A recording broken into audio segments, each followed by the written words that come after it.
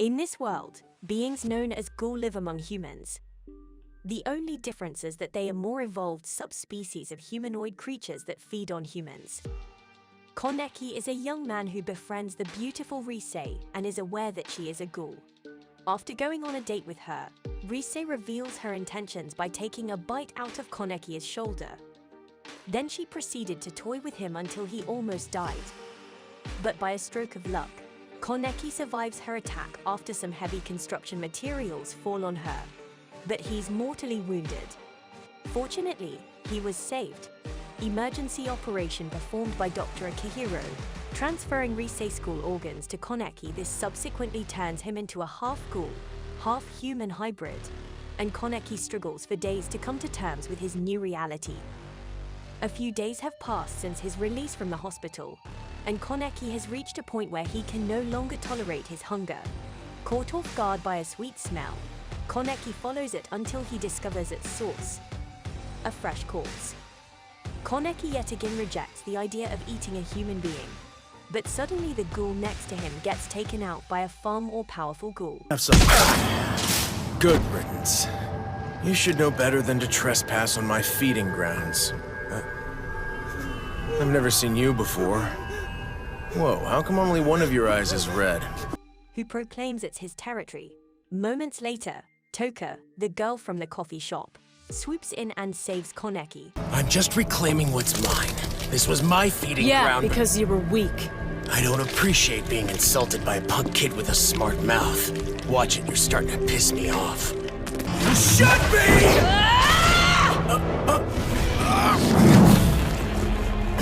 Is that all you've got, Toka? Wait for it.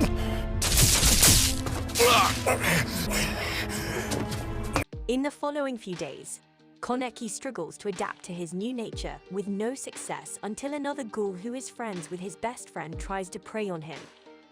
Coincidentally, the ghoul, aka Nishiki, is the same person who attacked Kaneki last time. Forced to protect his friend, he fights back, but he's nowhere near strong enough to take him down, or so he thought. After beating him down, Nishiki moves in for the kill, and at the last second, Kaneki's special abilities activate, easily overpowering Nishiki and saving his friend. Scream in agony? Nice try!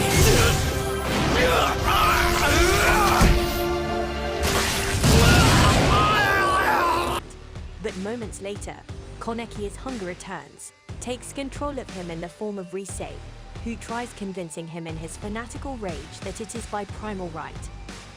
He allowed his friend to eat him, but thankfully Toka swooped in again, takes Kaneki out before he can do anything stupid. Kaneki awakes in the coffee shop he regularly goes to, revealing that the owner of it regulates the surrounding area and also helps ghouls in their time of need. Kaneki spends the next few weeks adapting and blending into human society. He even learns how to fake eating human food just like Nishiki did. Moments later, we get introduced to the CCG, an organization with the sole purpose of suppressing ghoul and keeping them under tight control. Soon after, we get introduced to Kitoro and Moto, who are both assigned to investigate the 20th ward, aka where everyone lives. The two of them start making some important discoveries about Jason and S-Class. Ghoul and Rize, who we learn is also in S-Class, speak briefly before jumping back to Kaneki, who is assigned to go food shopping. That basically means going to hotspots for self-shutdowns and laying claim to the fresh bodies. After returning to the coffee shop, Toka is asked to accompany Kaneki to go to a mask maker, thanks to the recent activities of the CCG. After arriving at his door at the shop, we are surprised to be greeted by a very swaggy type ghoul. After finishing his measurements, he explains to Kaneki about the importance of masks to ghoul and how it's essential to have one if you happen to cross path with the CCG. After leaving the shop, Kaneki reflects on his role at the coffee shop and wonders how he can be more useful. Back at the coffee shop, Kaneki makes friends with a little girl named Inami. The two of them quickly bonded over their shared love for books, which made a spine Toka smile. A fruity ghoul named Tsukiyama approaches Kaneki with unknown intentions. At first, he plays on their shared love for books, describing the emasculate way words speak the dreams of the author to the reader. So naturally the two start hanging out. However, Tsukiyama has prepared a mortal trap where Kaneki is to be killed and eaten based alone on a sweet set. Eventually, Kaneki finds himself in a fancy room and is given drugged coffee. Moments later, a piston contraption activates, sending Kaneki to an arena to face a giant ghoul executioner named Taro.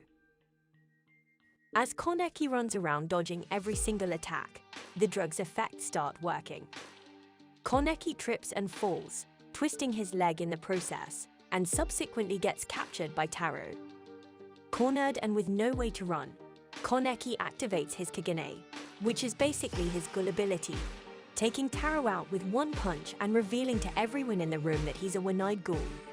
Just to give you some plot here, one-eyed ghouls are the result of human and ghoul parents. 99% of the time, the mother gives birth to a corpse, but on those few rare occasions, they give birth to a healthy demi-ghoul. It's vastly more powerful than a normal ghoul. Okay, back to the story after Tsukiyama witnessed, as he calls it, a living legend. He intervenes and takes out Taro, as he wants Kaneki for himself. Some days have passed, and Kaneki is still having nightmares about what happened. After being relieved by his boss, who tells him that Toka is sick, he goes to check on her and finds her attending to Inami. Moments later, Toka's friend comes to visit her with Kaneki.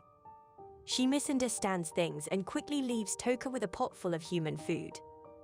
Toka quickly stuffs it down, even though it will make her sick, revealing that this is the reason she got sick in the first place. Jumping back to the fruity ghoul, who has been brainstorming about the perfect way of eating Kaneki, and after some creepy blood sniffing, he comes to the realization. Now let me get this straight. He consumes Kaneki, while Kaneki consumes another human. Back to Kaneki, who stumbles upon Nishiki getting his butt kicked. He quickly dispatches the attackers. Thanks to his training with Ren, Kaneki drops Nishiki by his girlfriend's house. Moments later, we come to know that she's human. The two of them take a walk, and she asks Kaneki for help because Nishiki's hunger is growing ever stronger and he won't eat. So Kaneki agrees to help them. Later, Nishiki's girlfriend is kidnapped by Fruity Guy. Hey, remember the weird, perfect way of eating Kaneki? Yeah, he plans on using her for that. So naturally, Kaneki and Nishiki go to retrieve his girlfriend, but they are nowhere near strong enough to take him down. Fortunately, Toka swoops in and helps the two of them. Flashback shows that Nishiki had an older sister who got found out after she got into a relationship with a human. Nishiki vowed to never trust anyone, or so he thought. After joining the university, Nishiki meets a random girl who forgot to take her change from the vending machine. They spent more time together, and their bond grows as well. But one day a certain somebody tore an extra large hole in Nishiki's stomach, and the wound wouldn't heal because he's malnourished. And by chance, his girlfriend happened to walk into the room and discover that he's a ghoul. But surprisingly, she allows him to take a bite out of her shoulder and reveals that on the first day they met, she lost her entire family in a car accident. Nishiki is the only person who gave her the will to go back to the fight. Toka is struggling against Fruity Guy because she's malnourished as well, so she takes a bite of Kaneki to fuel her Kagane. Toka takes the Fruity Guy head-on, easily overpowering him. After slashing him to pieces and taking him out, she moves to dispatch Nishiki's girlfriend because she's a potential hazard to them. But Kaneki and Nishiki tried to convince her otherwise with no success until Kimi saw her with her Kagane and called her beautiful. That made Toka run off ashamed of herself. The next day, we see that Nishiki started working in the coffee shop for the sake of protecting Kimi. Anami is acting out because she wants to see her dad. Subplot: her dad was a ghoul doctor when he was involved with Jason's organization, but after Anami was born, he quit the organization.